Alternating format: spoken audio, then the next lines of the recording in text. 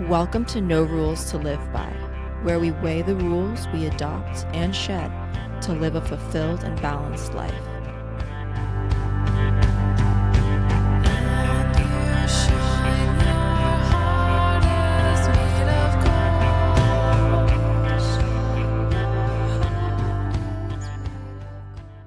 Today is a very exciting day because we have Isa here, who's one of my most favorite humans in the entire world and is such a fascinating creature.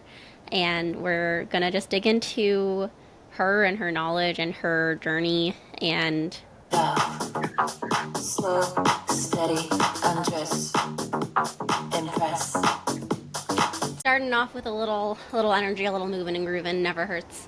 But yeah, I'm really excited for today because I love you very much. You are one of my most favorite people in the world, and I I feel like one of the themes of this podcast is just sharing people's stories and learning about them.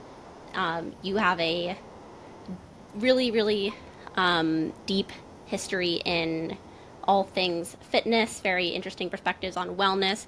You have a degree in neuroscience from Yale. You have worked at multiple, I want to call them health tech companies, but you can correct me on that.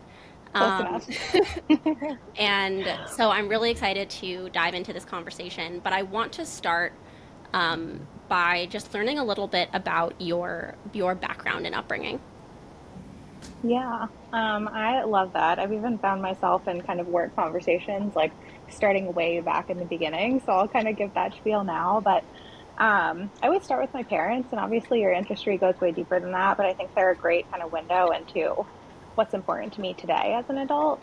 But my dad is a doctor, and the type of doctor that like you wish all doctors were like, the type of doctor to sit with a patient for 2 hours and hear their life story, the type of doctor that the hospital, in some cases maybe isn't really thrilled about because they're not a profitable doctor, but they're a doctor that really, really cares about you.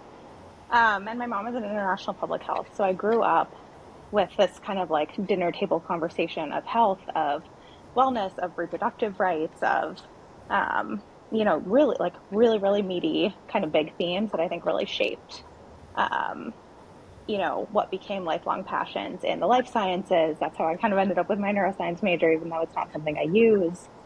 Um, in healthcare, which is what I do for work in some capacity as a marketer, and in my own passion for sports, athletics, wellness, all this. So I really like to start from the beginning with them because I think it came from them. And there also is a little bit of, I think, healthy tension in our family. And I'm actually like the only person in any sort of business, really.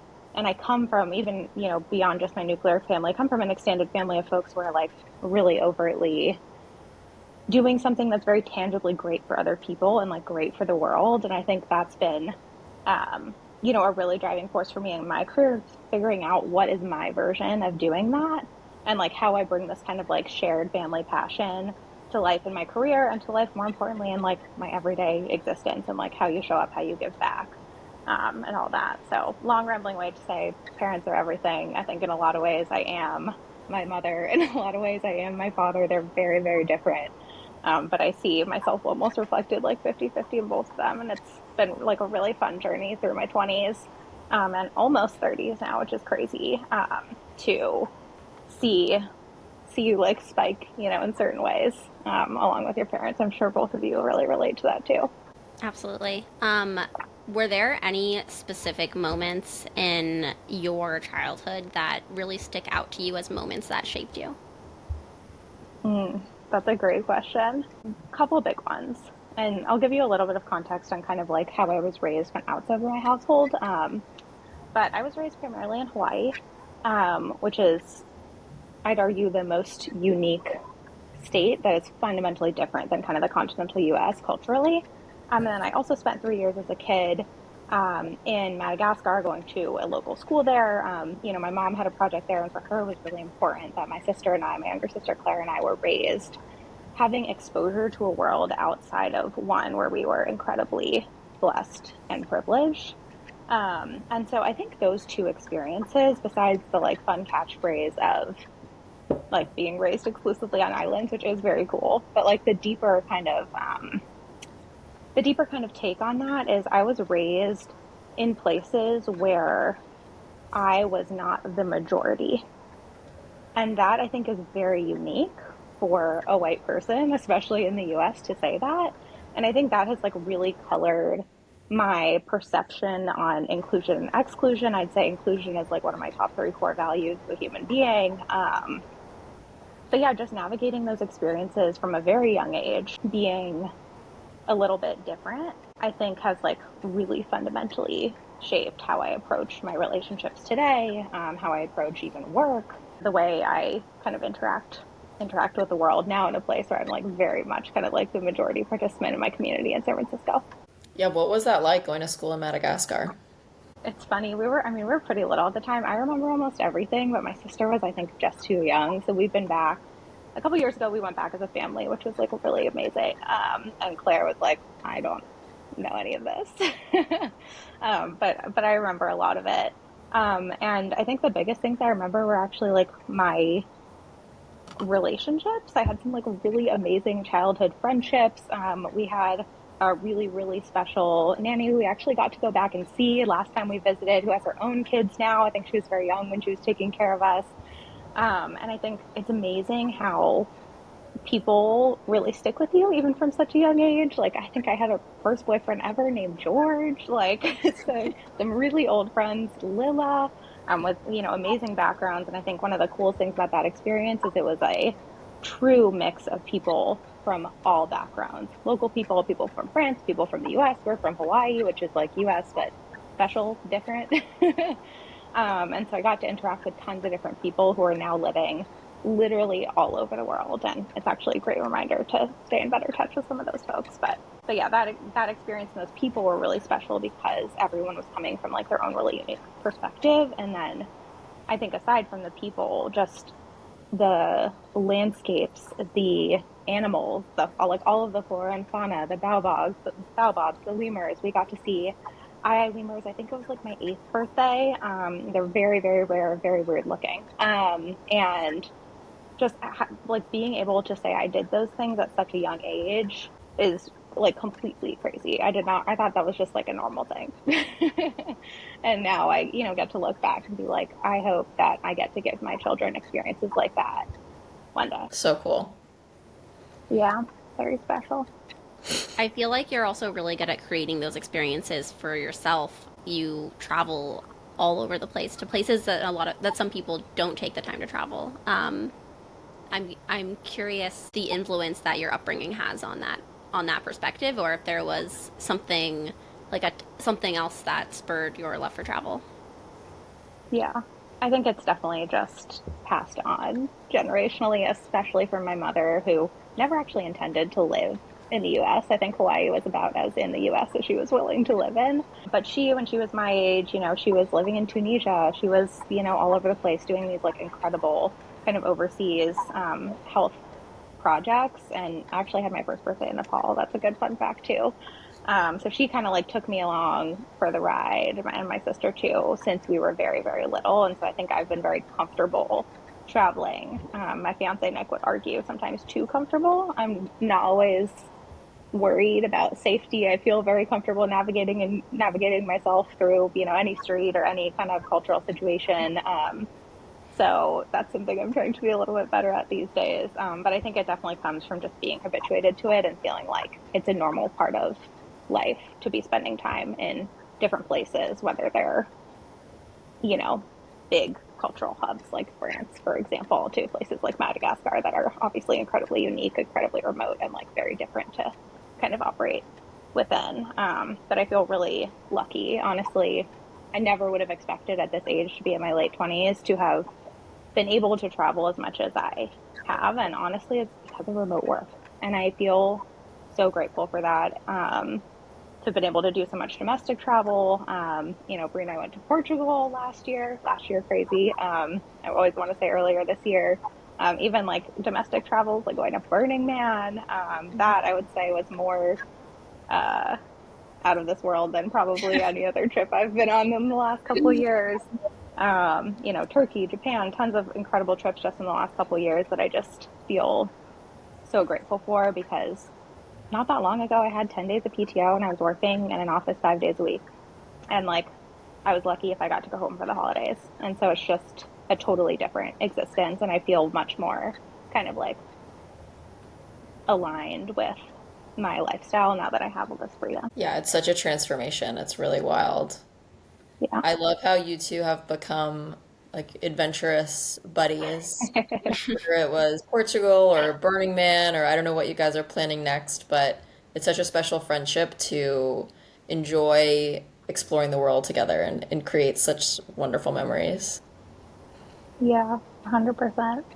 I have to give Bree a little bit of a special shout out here, because I actually just started working with a life coach, another one of our friends, life coaches, and we've had a couple sessions, and she's really, really wonderful and has kind of like offered me some perspectives that I hadn't considered, which I shouldn't be surprised by because that's her job, but I prefer to kind of operate in the world as if I have all the answers, and I regularly don't. So, but we actually ended up talking about Bree a little bit in our most recent session, because she asked me what kind of made me feel most free. And I think I ended up rambling on about a bunch of stuff, and then saying like specifically you, Bree, are someone who like inspires me to be my most free and my like least self-conscious self. Not just in like very crazy environments like Burning Man, but in everyday life, whether it's like, taking up a ton of space to, dance exactly the way that you want to dance at a club or whatever it is. I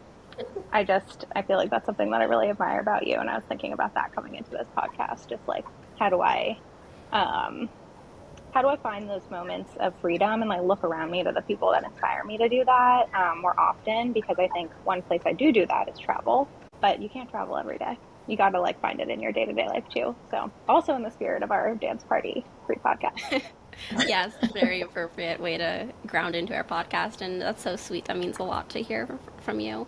And it brought me back to I had this vision of us one night in Portugal, the night that we decided we were going to go out to a club, and it was so packed with all these Portuguese people, and we like find this little corner that no one was dancing in, and like are like flailing about.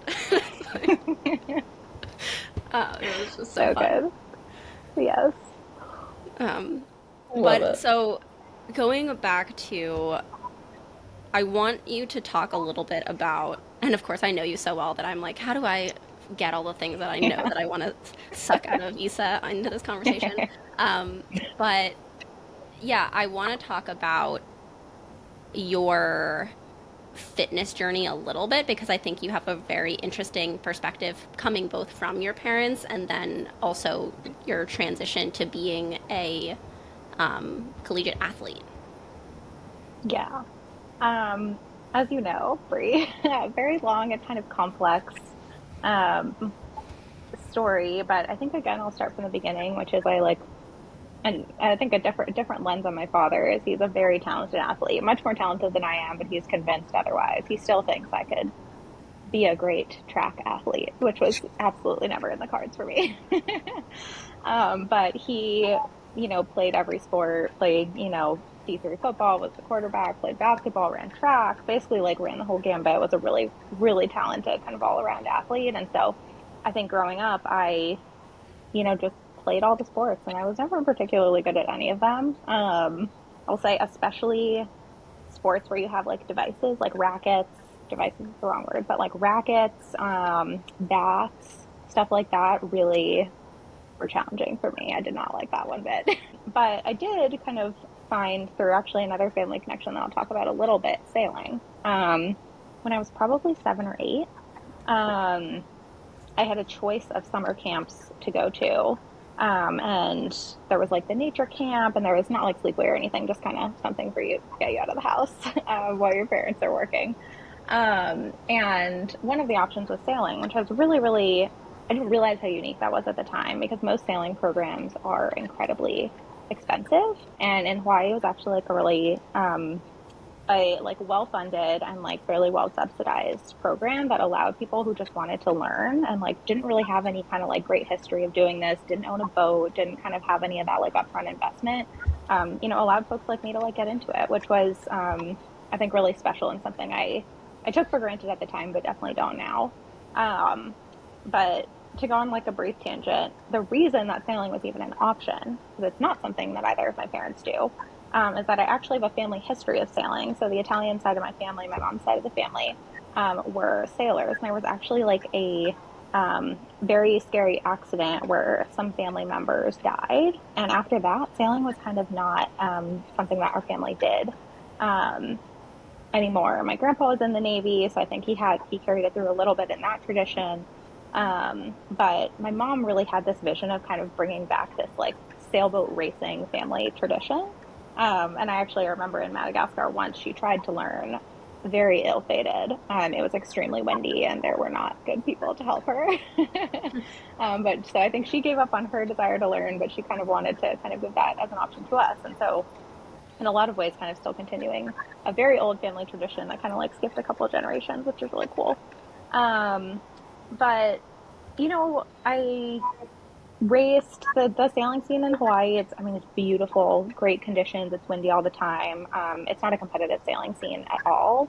And so I think when I ended up going to college on the East Coast, I had about 100 layers of culture shock between going from Hawaii to Connecticut, totally different. I have a line I haven't used in a couple years about, realizing that people actually wore kind of berries and salmon colored shorts. And I was like, whoa, this is this is a new culture for me for sure. But especially the sailing team, because East Coast sailors in particular are really folks who often come from like very kind of moneyed backgrounds. They've been sailing nonstop. Their grandparents sail, they own boats, all of that. So I think that was a really, really new environment to navigate. And then on top of that, I realized that I had a lot to learn. And I think that was my experience on that team was really amazing in so many ways. And in other ways, it was really challenging because I had to navigate wanting to be great at something, but also knowing that like most other people were so much better than me and had so many years on me, and I had so much to learn from too. And so it was a really interesting kind of like sports team dynamic. And like one thing that came out of that I think was a little bit of me and a little bit of college and a little bit of that specific sports team is I started to kind of like pay attention to my body and my weight in a way that I had just never noticed before. Like I think I always knew I was kind of like a normal size or on the, especially in high school, you're kind of like growing up more than out and was always kind of thin. But um, and sailing weight matters a lot, especially in college sailing where they have adults, college kids sailing boats that are really built for teenagers. And a lot of that onus often ends up getting put kind of on the backs of the women on the team. So it is a co-ed sport where often women sail with men. And we had some like really complicated relationships with food and with competitiveness on women on the team. I think I went through some other kind of like really challenging issues with my body, including getting an H. pylori infection from drinking tap water at like a kind of weird Airbnb in Barcelona one summer. That really kind of knocked me out for probably a year. Like it really wasn't comfortable to eat. And then at the same time, went through a breakup, was dealing with all this like competitive kind of sports environment, like was being like literally like lined up to get weighed, and like had a lot of like food issues and exercise issues, I think in my last 2 years of college that I feel really sad about because I think they like colored sometimes that like could have been really amazing in the way that like some of my earlier college years were. I think one bright spot for all of that though is like while I was paying attention to my body and food and exercise so much more than ever, I also started to like in like a way that wasn't productive. I also started to like learn a lot. We had a really amazing trainer in that time for the sailing team who I had never lifted before, did not know that was a thing, did not know women did it, knew nothing about that. And we had, lift twice a week, and that became something that I like took pretty seriously and started to get into more. And, when I decided, I think towards the end of college, like I was just not willing to keep torturing myself. That was kind of what I took on as my next step to figure out how to get like exercise for the sake of getting stronger instead of getting smaller. And that's kind of like when I met you, Bree. I'd been like lifting that way for a little bit. I graduated from college and Was really enjoying it. I think in retrospect, it was still not that healthy, but I was a lot healthier than I was before. And then I definitely did not make it any healthier by deciding to compete in a bodybuilding competition, that's for sure. Though I will say I have no regrets about that. I think it was so fun. It was so special to be able to do that together with you, Bree. I think I learned a lot about grit. I learned a lot about what I'm capable of. Would I've rather have learned those lessons with something that was less damaging to my body and my health, probably. I feel lucky to not have any kind of like long-term problems or anything like that, but it's not wholly uncommon for folks in that space who are really competing at a high level, kind of not in the way that I had been. Um, and then honestly, like my biggest saving grace through all of this was COVID. I hate, like, sounds crazy to say that in the context of health, but being forced out of the gym um, after I'd been going 6 days a week for how many years just made me like I think my health goals went from all sorts of crazy complex stuff to like literally just like try to move most days. Like I ended up home in Hawaii with my parents for a couple months. We thought it was gonna be a couple weeks. So it's not a couple weeks, as you guys know. And you couldn't even go to the beach, which was crazy. And so I would just go walk in my neighborhood. I would like do a 15-minute at home workout and be like, nah, like that's enough for today. And I also was not cooking my own food as much, right? I'm like with my parents, my mom's cooking a lot for everyone. Um, and I think having all of that happening at the same time was very jarring, very hard. But I also realized that I think the way that I was controlling my food and my exercise was still not healthy, even though I had like convinced myself that I had.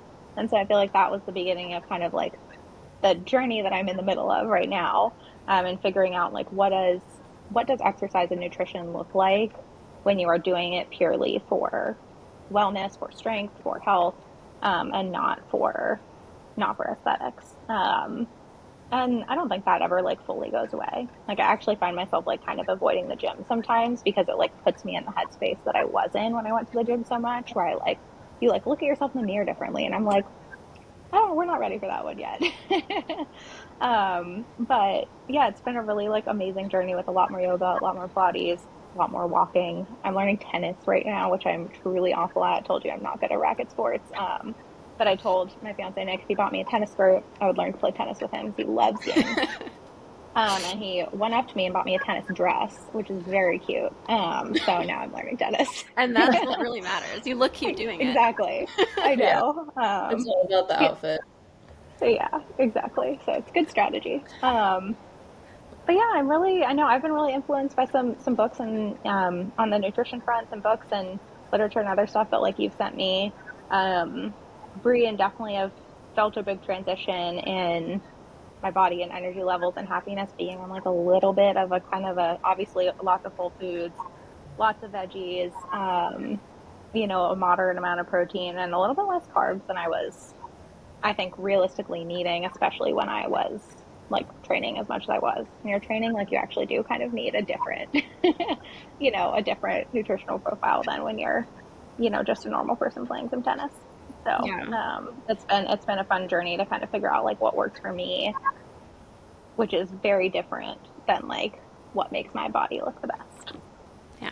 Well, I want to say two things. One is that I definitely noticed that shift in you where movement kind of became play again, and I think that really trickled into a lot of other areas in your life, and I've just loved to see your evolution, and it's also been really inspiring for me because one of the things that you also bring to me is you are a very good at like community building and structure, and I've learned so much from you about like everything from maintaining friendships to I did this whole workshop I talked about plan for joy, and feel like I learned how to plan for joy from Isa because you're so good at planning.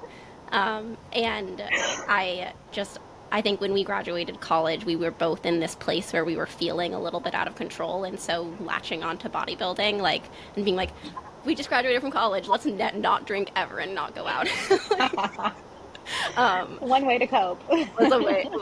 But we learned so much, and it's been really really beautiful to see your journey and how it's also shaped mine, of like kind of reclaiming this playfulness and joy of movement.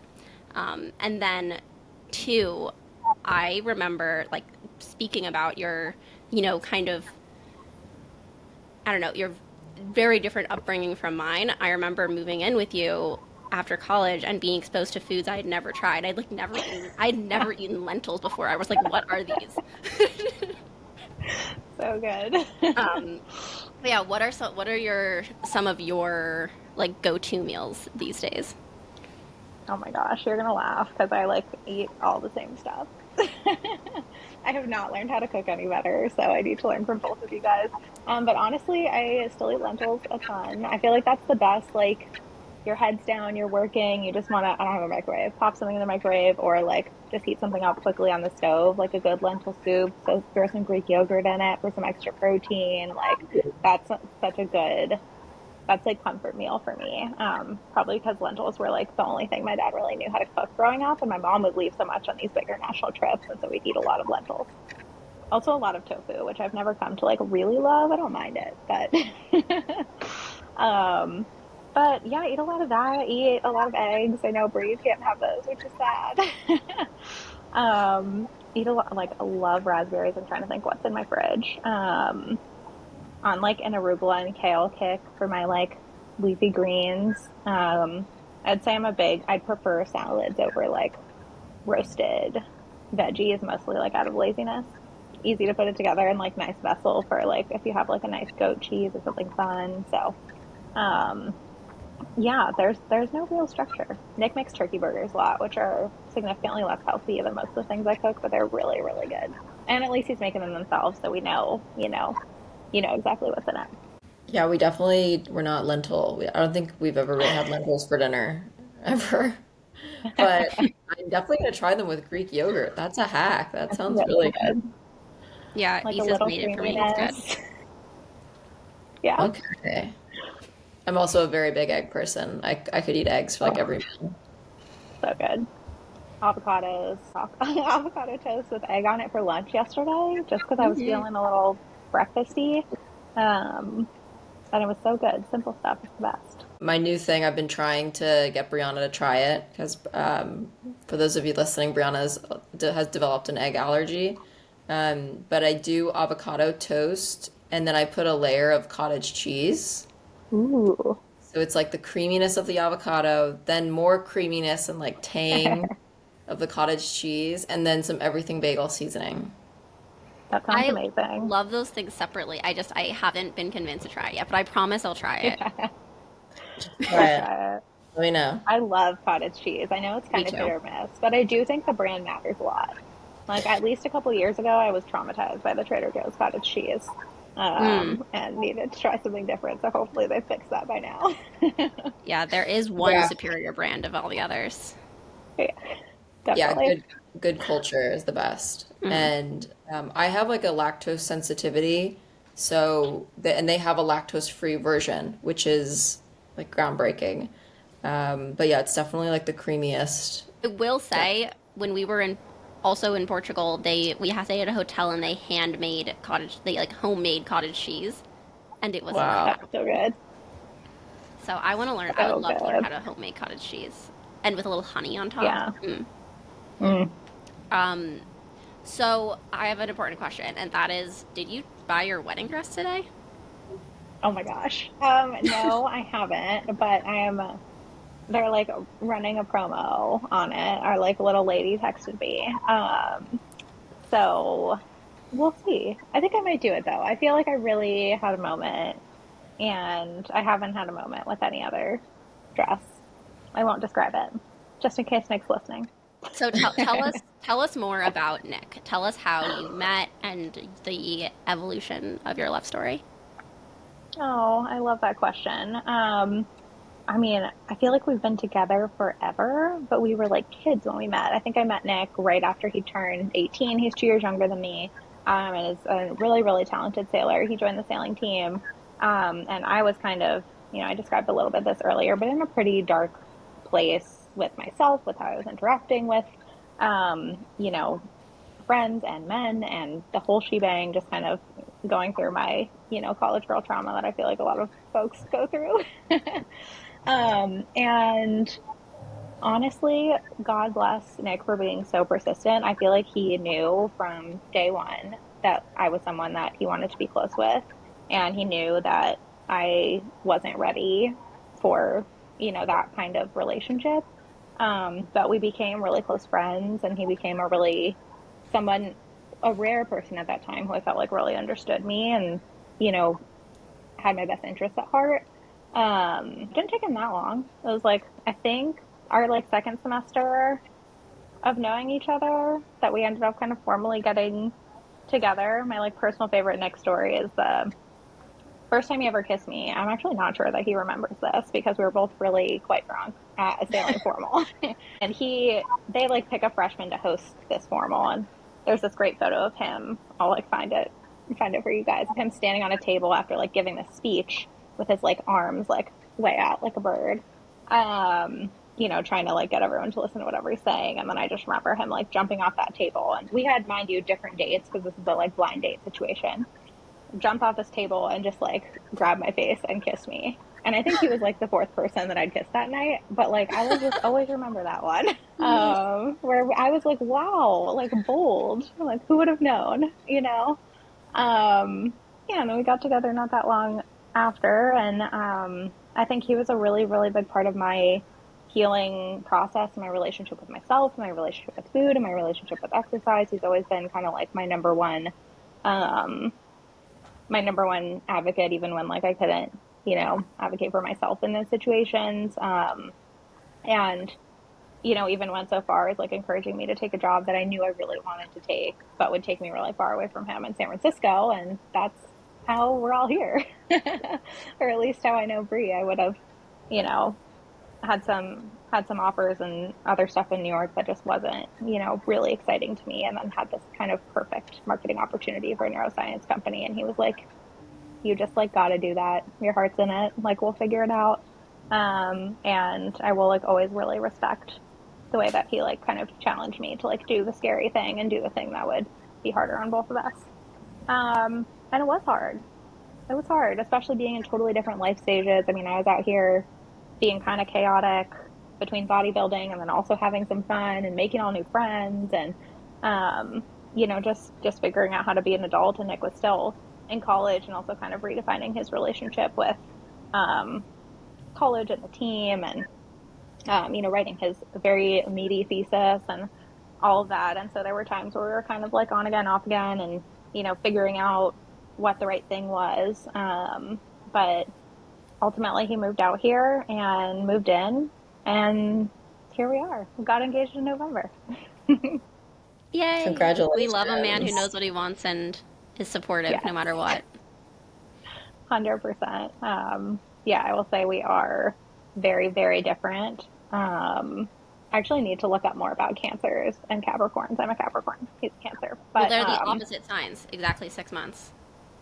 that's exactly what I was going to say, is we are so different, but I think we really complement each other, like even in how we approach problem solving or, especially in work. Like Nick is so visionary, but can sometimes struggle with the follow through. I am like dialed in, like I get shit done, but like I can sometimes lose the big picture, without, support and conversation from somebody like Nick. So I think we have a really great tradition of going on a walk around the top of our neighborhood in Potrero Hill, around sunset, and just like brain dumping like what the heck is going on. And I feel like those conversations are some of the most productive ones that either of us have all day often, because we get kind of like that opposite perspective, from kind of like what is the easy conclusion for either of us.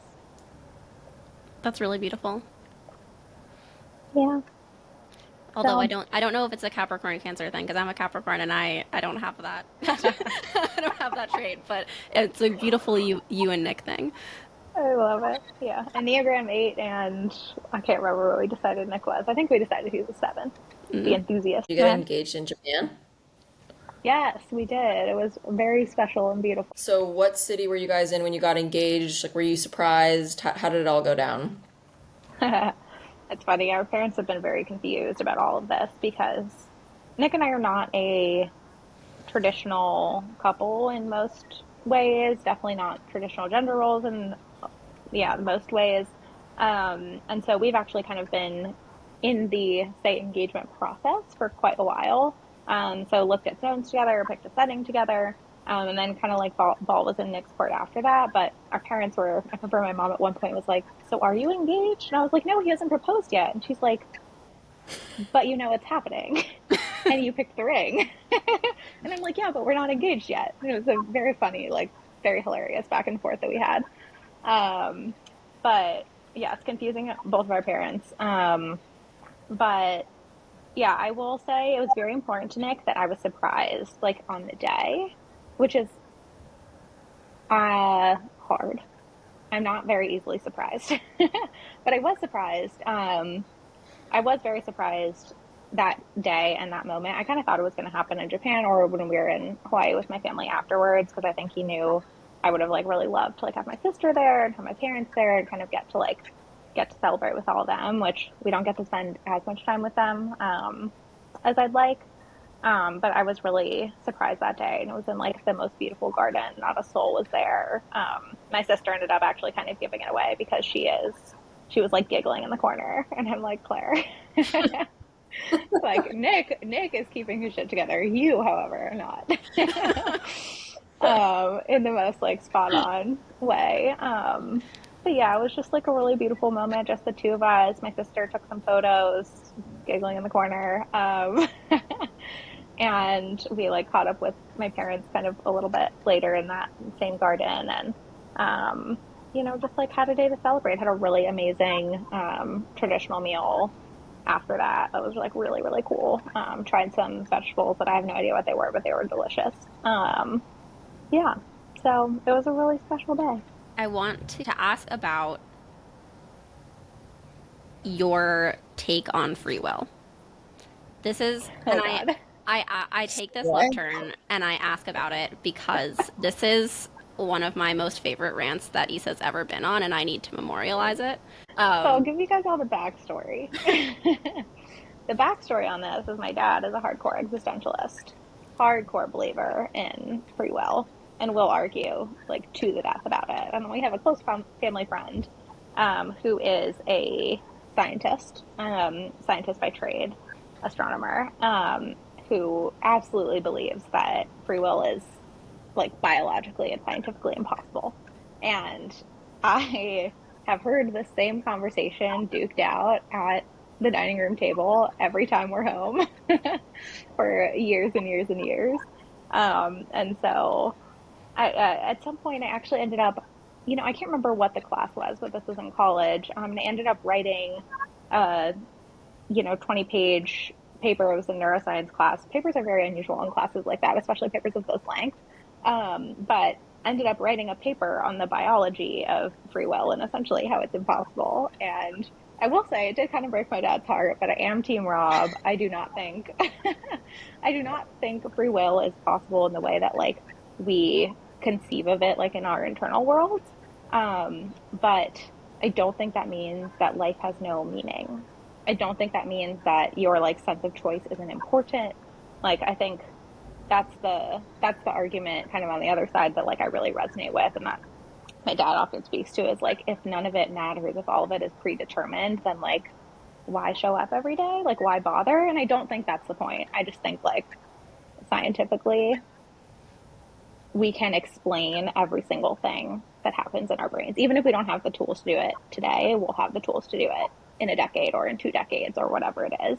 And yeah, that doesn't take away the meaning of life. It just means like it's explainable. And that well, to tell me, us as more. somebody who's How kind is of it a scientist at explainable? heart, oh gosh, I'd have to like dig up my whole paper for you, Bree. Well, I guess I'm curious if it's like the fact that it's kind of like our brains kind of operate like computers and you can kind of it's predictable.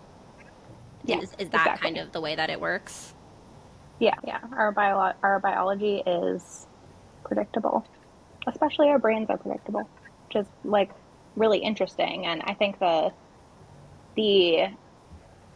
important thing to know about that is it's not like predictable in a vacuum. It's like predictable in the context of your social environment. It's predictable in the context of your childhood. It's predictable in the context of, your friendships, your relationship, your whoever it is. It's like, but if you take into account all the data points that are available, it is predictable, right? Like, I really just don't believe that there's like, I'm like trying to think about what the like philosophy term for this is, but like, I'm gonna totally butcher this. But like a you know person like sitting up in your head, like you know, pulling the puppet strings that like you're like in charge of. Like, I don't think that that's true, but I also like feel it feels really wrong to like take away people's authority and decision making either. And so I actually think they like have to coexist, but scientifically, I don't think so. So we need the illusion that we have control, even though we don't. Exactly. I mean, So I think so. I've heard many an argument. I feel like there are many an interesting religious argument about this as well. But yeah, I think people need a lot of things, and those things can come in different packages, I guess. But I think ultimately, like, you need a reason to believe that you matter and that your decisions matter. And if that reason is the concept of free will, if that reason is a higher power, if that reason is whatever it is, like, I think humans have historically created that for themselves. Like, I'm actually not sure, I can't really think of any culture that doesn't have some sort of, um, reason to live, reason to wake up, reason to believe something bigger than you, or bigger than kind of just like what's happening right now. And so I think we will always continue to create that. So, what are some decisions and choices that you've made that have been that obviously you have the perception that you've made, but you had no control over, um, that have shaped you or have been like really big turning points in your life? Yeah. Honestly, the biggest one that I've reflected on a lot in kind of recent history is my last full-time job, which I guess not that recently, but 6 or 7 months ago, ended up kind of taking a step away from and starting my own consulting business, which has been really valuable. But I think that job was really transformational for me, both career-wise in some very tactical ways, but also in terms of my own personal growth. I think it was the first place that I felt 100% confident in myself. Not 99, not, you know, 90%, but 100% confident. Not that I would always have the answer, not that I would always produce the desired outcome, but that like I could get most of the way there, and that I had the ability to like reason my way through whatever problem was in front of me. And I think a lot of that was just like a huge testament to some really amazing mentors and leaders that I had, to like an absolutely top-notch team that I had the joy of hiring, and I'm still really close to. I've actually been catching up with a lot of those folks in the last couple of weeks because I miss them. I was like, it's been 6 months, but I still really miss them. But that was just a kind of really special opportunity for me to go from thinking I could be a really great leader to, in what felt like overnight, becoming a new, and I still have lots to learn, but like, I think I was a really great leader in that role. And that was really cool to be like, I kind of leave and then be like, oh, like I did it. I think some of that even was like getting into Enneagram. It sounds kind of weird, but we had a leadership coach we worked with. And I was kind of had gotten into it beforehand as well, but I would have typed myself in a very different way than I ended up kind of coming back on like a more scientific test. And I feel like coming back as an Enneagram 8 so dominantly, I think it was like 100% or 99% or something crazy, which is like the challenger, the controller, really kind of shook me, because it made me like look back even as early as like early childhood, look back on times when I had such strong such strong reactiveness when people, even like my parents, would try to like kind of impose their will on me or try to like kind of control what I was doing. And it was just a really, really interesting like aha moment of like, oh, I am like really triggered when anyone tries to control me, or when I don't have control of my own destiny in like whatever the situation is. And I feel like that insight has helped me a lot as like I've kind of been on my personal growth trajectory and now like working on this a lot more intentionally with the life coach that I mentioned. Also professionally too, though I feel like that was more of a side effect, to be honest.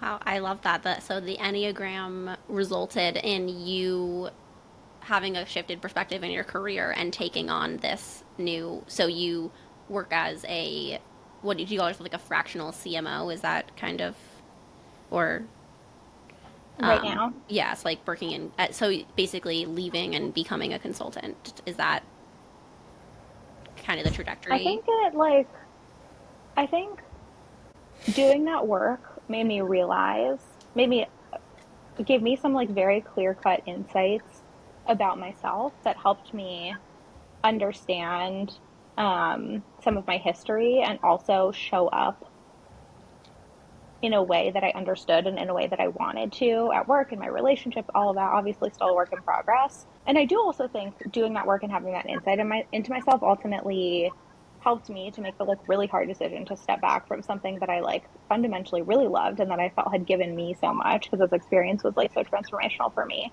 Um, because I knew that I was no longer able to have the type of impact that I wanted to in that role. And that kind of like helped me take a really big leap and trusting myself and like going out on my own, which I never thought I could do at this age. Like never once. And it just kind of like happened and I was just said okay. I was like, sometimes like the universe speaks and you're like, yeah, like this is what we're doing. It's not what I planned, but and I think having the strength to do something that is scary and unknown, um, I don't think I would have had before kind of going through this experience in that job. Wow, that's amazing. All Alicia, that do you know your confidence. Enneagram? Um, I can't remember it off the top of my head, but I've done it before. It definitely is there one called like the Scout? Maybe. Hmm. Maybe I that's don't I think know. I might have taken a different type. But anyways, super insightful. I love those kinds of tests and having that self-awareness that like gives you insight into so much. And I've found in the past too when I've done those at leadership offsites or whatever, it also really helps me when I learn other people's. 'Cause, like I know I'm a very intuitive person and like I'm like the big idea person, like big picture. Like probably more like you. I think you're describing your dad. But I like learned through getting to know like coworkers' enneagrams if they're more of like a knowledge person or a data person. Then I like realize where we disconnect, where I'm just like, let's just like dream it up, like let's draw it on the board. And they're like, no, we need facts and figures or whatever. So I'm like, I don't want to see the numbers. I just how does it make me feel and what's the vibe? I Um, love it. but that's so cool, Isabel. I mean, the fact that you took that leap of faith it must have been so empowering. How did the universe kind of come and present this to you? Was there like a consulting opportunity that popped up and you went for it, or yeah, how did you get started? Yeah, a mentor of mine who was also a close friend had been doing some similar work and was like, we could really use you. And I already knew I had to leave that job. I was like holding on to something that was no longer there for me. Um, and I had a full-time offer at that point that I just knew, like, speaking of, intuition, just like knew I couldn't take. I was like, there's nothing factually wrong with this. Like, this is a great opportunity, but I just know that I'm not ready to like give myself to a job in the way that like I had and get that much out of a job in the way that I just had. Like, I knew I needed to like take a different approach to work for a little bit. And so to like have the strength to leave, to say no to like a very, very good full-time offer and to say yes to working with a mentor that I would ever work with, which is like amazing. And I'm so lucky that that kind of like fell in my lap. Um, that was just like all of those things kind of happened around the same time. And I was like, one of these is the right answer. And like, this full-time job was just the universe like giving me the giving me the carrot of like here's like the easy way out. Totally. The And universe I will think it's test really you. hard. Yeah, it was definitely testing me. I was like, you could do this. And I was like, I really shouldn't do this. Your But it was brainwave like really made the decision for you, right? I'm just kidding. 100%. Yeah, this is the thing. If we have no free will, why does our brain make us agonize? Yeah. Actually, the subjective experience of being a human being is what makes that concept really challenging. Um, but but yeah, it's been a really amazing journey. I do think I'll go back to full-time work. I mean, I am working full time. I'm just like doing my, consulting stuff with a bunch of different clients. And I do think I'll go back to working in-house because um, I really miss feeling like I'm like building something myself.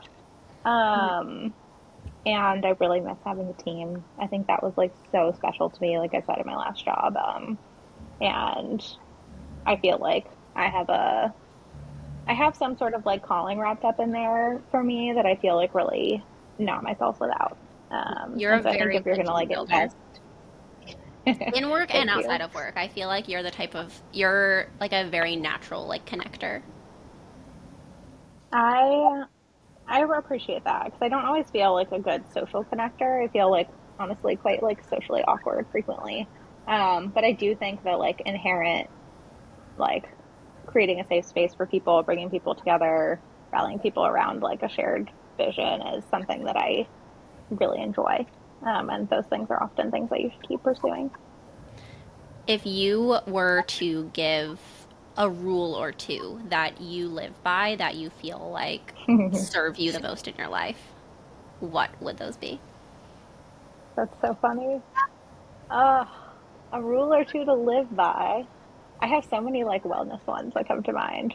Like, Shoot. um, go be in the sun every single day. I sometimes need to be dragged out onto my balcony. Nick calls it like morning sun. He like literally picks me up off my desk, walks me like out there onto the balcony, and is like literally even just for like 1 minute, just stand, go be in the sun, like commune with nature, commune with the outdoor air. I know especially you guys are in, real deal winter, not in California winter. And so I feel like it's even more important then to like really consciously make it happen. But I do feel like that's a really critical human thing to do is like go be outside, even if it's like for 60 seconds. I feel like that like often really turns around my day, especially in the morning. Like ideally go on a walk. That doesn't always happen, but I try. um, I don't know. That's one like really easy kind of wellnessy one. I mean, another big wellnessy one is like you have to actually sleep. Like I have been even through college, even through working like crazy in the last couple years, like all of this, I have consistently slept 8 hours, and that is honestly one of my proudest achievements. It is like one of the absolute biggest factors in your health and your happiness and the way that you show up. It like enables so many other things. So I feel like sleep for me is critical. And actually, the only supplement that I regularly take, I like take for sleep. It's magnesium glycinate. I was like, it goes to show what I'll spend my money on, which is basically only sleep. um, yeah, I don't know. Those are some good wellnessy ones, and then some kind of more. Um, I know I mentioned one of my biggest values is inclusion. Just like always make the effort to like get to know somebody and include them in like whatever you're doing, because I think there are a lot of people who feel like outsiders or like they don't belong, and like just one tiny thing can like totally change that for them. And I think there are definitely times where I felt that way, and people have given me the olive branch. There are times where I felt that way. People have not given me that olive branch, and like just like the social stuff is really hard, and it's even harder when you wrap it up with, for example, a team at work or whatever it is. And so I think always giving people the benefit of the doubt and giving people the opportunity to like step into the circle is a really core tenet for me. That's beautiful. That's beautiful. You I are a love that. beautiful person, so that doesn't surprise me. Yeah. Thank you so much for sharing some of your story. I feel like there's a lot of topics we didn't get to, and you are just such a radiant soul. And I know that we'll have you back soon. So thank you for your time and for sharing your heart with us. Oh, thank you guys for having me. I'm so excited to be a part of this. Yay! Yay. Thank you for taking the time to listen to this episode. If you enjoyed it, please leave us a review, follow us, or share it with a friend. Have a great day, and remember, you make the rules.